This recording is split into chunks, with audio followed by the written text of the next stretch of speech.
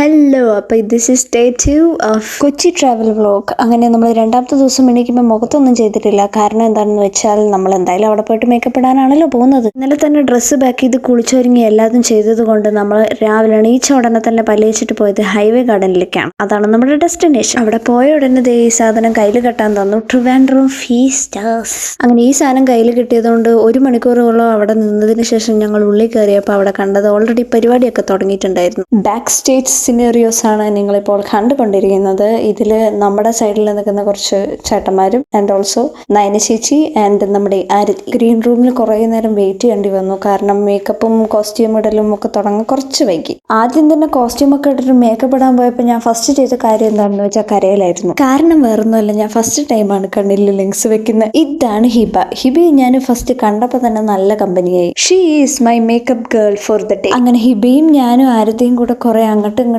അവരവരിനെ പറ്റി സംസാരിച്ച് നല്ല കമ്പനിയായി. ഹിബക്കുട്ടി മേക്കപ്പിന്റെ കാര്യത്തിൽ നല്ല ടാലന്റഡ് ആണെന്ന് മാത്രമല്ല, നമുക്ക് ചേരുന്ന മേക്കപ്പ് ലുക്ക് നമ്മളുടെ അഭിപ്രായം കൂടെ ചോദിച്ചറിഞ്ഞ് അടിപൊളിയായിട്ട് ചെയ്തിട്ടുണ്ടെന്ന് വേണം പറയാം. പക്ഷെ ആൾക്ക് അതിന്റെ ചാടയൊന്നും ഇല്ല കേട്ടോ. പകുതി മേക്കപ്പ് ഇട്ട ലുക്കാണ് നിങ്ങളിപ്പോ കണ്ടുകൊണ്ടിരിക്കുന്നത്. ആരതിയാണെങ്കിലും നിന്ന് പോസ്റ്റ് ആയിക്കൊണ്ടിരിക്കുകയാണ്. ഇപ്പൊ എന്നെ കാണാൻ കോസ്റ്റിനെ പോലെ ഉണ്ടെങ്കിലും trust the process guys. Final ലുക്കിൽ വരുമ്പോൾ നിങ്ങൾക്ക് അത് മനസ്സിലാകും. ആദ്യമായിട്ട് ലെൻസ് വെക്കണോണ്ട് തന്നെ ലെൻസ് വെച്ച സമയത്ത് ഞാനൊരു കരച്ചിൽ കരഞ്ഞു എന്ന് പറഞ്ഞില്ല. ആ ടൈമിൽ വേറെ കാര്യങ്ങളൊന്നും ഇട്ടിട്ടുണ്ടായിരുന്നില്ല. അതായത് ഫൗണ്ടേഷനോ വേറെ കാര്യങ്ങളോ ഒന്നും ഇട്ടിട്ടുണ്ടായിരുന്നില്ല. അതുകൊണ്ട് സ്വാതന്ത്ര്യമായിട്ട് കരയാൻ പറ്റും. എന്റെ മേക്കപ്പ് പകുതി ചെയ്യുമ്പോഴേക്കും നയന ചേച്ചിയുടെ മേക്കപ്പ് ചെയ്ത് കഴിഞ്ഞു. എന്റെ ഡ്രസ്സും നയന ചേച്ചിയുടെ ഡ്രസ്സും പിന്നെ വേറൊരു ചേച്ചിനെയും കൂടെ കൂട്ടിയിട്ട് 3 പേരുടെ ഡ്രസ്സ് ഒരേ കളറായിരുന്നു. അതായത് ഈ ഒരു റെഡിഷ് കളർ, മെറൂൺ കളർ എന്ന് വേണമെങ്കിൽ പറയാം. അപ്പൊ ലെൻസ് വെച്ചിട്ട് കരഞ്ഞ പോലെ ഞാൻ കണ്ണെഴുതുമ്പോഴും ഒരു കരച്ചിൽ കരഞ്ഞു. എന്താണെന്ന് വെച്ചാൽ ഞാൻ കണ്ണിന്റെ മേലെ മാത്രമേ കണ്ണെഴുതി ശീലമുള്ളൂ. കണ്ണിന്റെ താഴെ ഞാൻ കണ്ണെഴുതുന്നത് കുറച്ചു കാലം മുന്നേ നിർത്തിയതാ. എന്റെ 2ാം ക്ലാസ് മുതൽ കലോത്സവത്തിനും മറ്റു പരിപാടിക്കും പങ്കെടുക്കുമ്പോൾ തൊട്ടേ ഹെവി മേക്കപ്പ് ഇട്ട് ശീലിച്ചിട്ടുണ്ടെങ്കിലും ഈ കണ്ണെഴുതുന്ന കാര്യത്തിൽ വരുമ്പോൾ മാത്രം എന്താണെന്നറിയില്ല, ഒരു തുള്ളി കണ്ണീരെങ്കിലും പൊഴിച്ചില്ലെങ്കിൽ എനിക്ക് കണ്ണെഴുതാൻ പറ്റില്ല. അത്രയ്ക്കും ഡിസ്റ്റർബൻസ് ആണ് ഈ കണ്ണിന്റെ അടിയിലും കോർണറിലും ഒക്കെ കണ്ണെഴുതുന്ന സമയത്ത്. എന്ന് വെച്ച് കണ്ണിന്റെ താഴെ കണ്ണെഴുതാതിരുന്നിട്ടൊന്നുമില്ല. പണ്ട് ടിക്ടോക്ക് കാലഘട്ടത്തായിരുന്നു ഈ കണ്ണിന്റെ അടിയിൽ കണ്ണെഴുതിക്കൊണ്ടിരുന്നത്. കണ്ണിന്റെ മേലെയാണ് ഇപ്പൊ കുറച്ചായിട്ട് എഴുതിക്കൊണ്ടിരിക്കുന്നത്. മേ ബി അതുകൊണ്ടായിരിക്കും ഇപ്പോഴും ഈ ഡിസ്റ്റർബൻസ്. ഈ കണ്ണെഴുതുന്നതിന് മുന്നേ ഓൾറെഡി ഫൗണ്ടേഷനും കാര്യങ്ങളും ഒക്കെ ഇട്ടത് കൊണ്ട് കണ്ണ് കലങ്ങിയപ്പോൾ അത് അങ്ങോട്ട് പോവുകയും ചെയ്തു.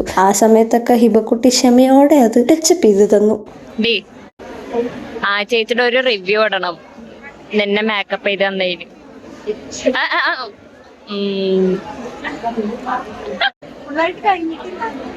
അപ്പോഴേക്കും ആ ചേച്ചി ഒരു പരിവാവും. ലെൻസ് കാണിച്ചു തരൂ. ലെൻസ്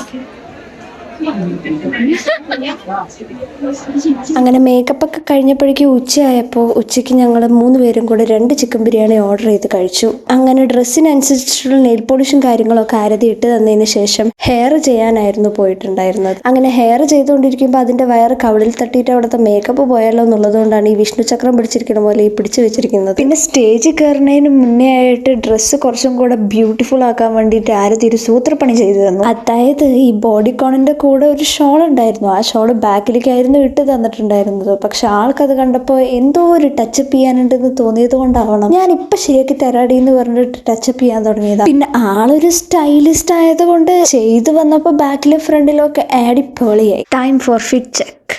ഓക്കെ, പൊക്ക വേമ്പോ.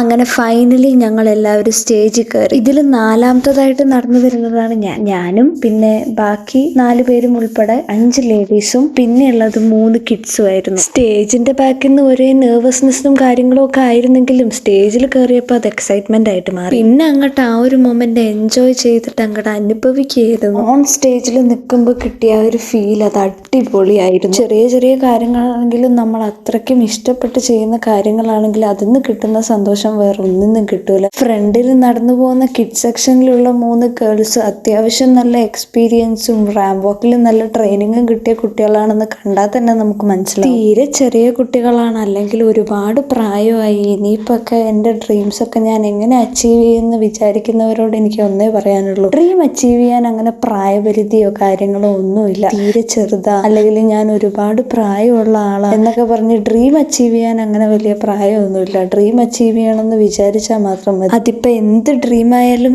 ഏത് പ്രായത്തിലാണെങ്കിലും. എൻ്റെ കുട്ടി കുട്ടി ആഗ്രഹങ്ങളിൽ ഒരു ചെറിയ ആഗ്രഹം മാത്രമായിരുന്നു ഒരു ഫാഷൻ ഷോയിൽ റാമ്പ് വാക്ക് ചെയ്യണം എന്നുള്ളത്. നല്ല ബ്യൂട്ടിഫുൾ ആയിട്ടുള്ള കോസ്റ്റ്യൂംസും ആക്സസറീസും മേക്കപ്പും ഹെയറും കാര്യങ്ങളൊക്കെ ചെയ്ത് ആ ഒരു സ്റ്റേജിൽ നിൽക്കുമ്പോൾ കിട്ടുന്ന ആ ഒരു കോൺഫിഡൻസും എല്ലാം എൻ്റെ ക്യാരക്ടറിനെയും ബിഹേവിയറിനെയും ഒന്നും കൂടെ നല്ല രീതിക്ക് ഗ്രോ ചെയ്യാനും ബിൽഡ് ചെയ്യാനും സഹായിച്ചിട്ടുണ്ട്. ഇതിൽ ബാക്കിയുള്ളവരെന്ത് വിചാരിക്കും, അവരെന്ത് പറയും, ഇവരെന്ത് പറയും എന്നൊക്കെ വിചാരിച്ചിട്ടിരിക്കുന്നതിൽ എനിക്ക് വലിയ അഭിപ്രായമില്ല. കാരണം നമ്മുടെ ലൈഫ് ജീവിക്കേണ്ടത് നമ്മളാണ്, അവരല്ല. സൊസൈറ്റി ആയാലും ആരായാലും നമ്മൾ അത് പറയോ ഇത് പറയോ എന്ന് പേടിച്ചിട്ട് നമ്മൾ ഇപ്പം ചെയ്യാതിരിക്കുന്ന ഒരുപാട് കാര്യങ്ങൾ നമുക്ക് ഭാവിയിൽ നല്ല റിഗ്രറ്റ് ഉണ്ടാക്കും. ഞാനിപ്പോൾ ഇത് പറഞ്ഞത് മോഡലിംഗ് ആഗ്രഹിക്കുന്ന ആൾക്കാരോട് മാത്രമല്ല, ഏതാഗ്രഹമായാലും if there is a will there is a way. വഴിയിൽ നിറയെ പ്രശ്നങ്ങളും കാര്യങ്ങളും ഒക്കെ ഉണ്ടാവും, പക്ഷെ നമുക്ക് വേണമെന്ന് വിചാരിച്ചാൽ സാധിക്കാത്ത ഒരാഗ്രഹവും ഇല്ല. അങ്ങനെ ആ ഷോ വൈൻഡപ്പ് ആയി. ഞാൻ വിചാരിച്ചതിനെക്കാട്ടിലും അടിപൊളി എക്സ്പീരിയൻസ് ആയിരുന്നു അതിന്ന് കിട്ടിയത്. അങ്ങനെ പരിപാടിയൊക്കെ കഴിഞ്ഞ് ഫുഡൊക്കെ കഴിച്ച് ട്രാവൽ സ്റ്റാർട്ട് ചെയ്തു. പോണ വഴിക്ക് എല്ലാവർക്കും ടാറ്റ ബൈ ബൈ പറഞ്ഞ ആരതിനെ ഹോസ്റ്റലിലാക്കിയിട്ട് പാലക്കാട്ടേക്കുള്ള യാത്ര സ്റ്റാർട്ട് ചെയ്തു. പിന്നെ അങ്ങോട്ട് നല്ലൊരു ഉറക്കം ഉറങ്ങി എണീക്കുമ്പോൾ പിന്നെ കാണുന്നത് അച്ഛനും അമ്മയും അനിയനും കൂടെ ചായ കുടിക്കാൻ വേണ്ടി ഒരു സ്ഥലത്ത് ഇറങ്ങി നിൽക്കുന്നതാണ്. പിന്നെ നമ്മൾ പണ്ട് തൊട്ടേ ചായ കുടിക്കാത്തതുകൊണ്ട് ഒരു ബ്ലാക്ക് കോഫി അഥവാ